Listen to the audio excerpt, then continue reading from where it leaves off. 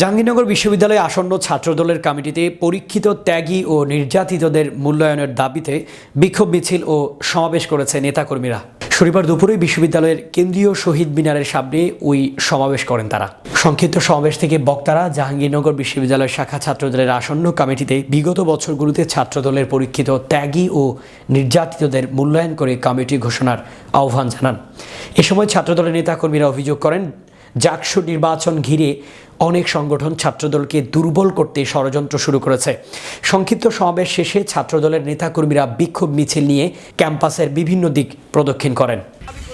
আমাদের এই 16-17 বছর যারা নির্যাতিত থেকে তাদেরকে অবশ্যই পিছিয়ে বলবো, যারা জাকসুকে কেন্দ্র করে জাহাঙ্গীরনগর বিশ্ববিদ্যালয় ছাত্রদলের জুনিয়র কমিটি আছে 8-9 শিক্ষাবর্ষ থেকে শুরু করে অনেক সিনিয়র নেতৃবৃন্দদেরকে নেতৃত্ব দেওয়া হয়েছে। বিশ্ববিদ্যালয়ে কোন অপশক্তি, কোন দোষরদের দ্বারা জাহাঙ্গীরনগর বিশ্ববিদ্যালয়ের ছাত্রদেরকে দেখি ঢাকাস্থ যদি জগন্নাথ বিশ্ববিদ্যালয় এবং ঢাকা মহানগর বিভিন্ন কমিটিতে ত্যাগী এবং নির্যাতিতদেরকে একটি বন্দোবস্ত করার করে কমিটি দেওয়া হোক।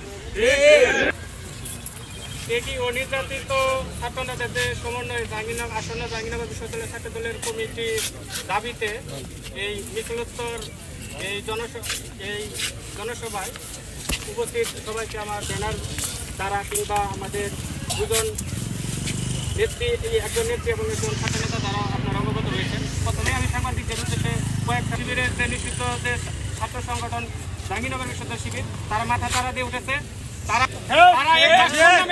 তারা এই জাকসুর ওসিলায় আমাদের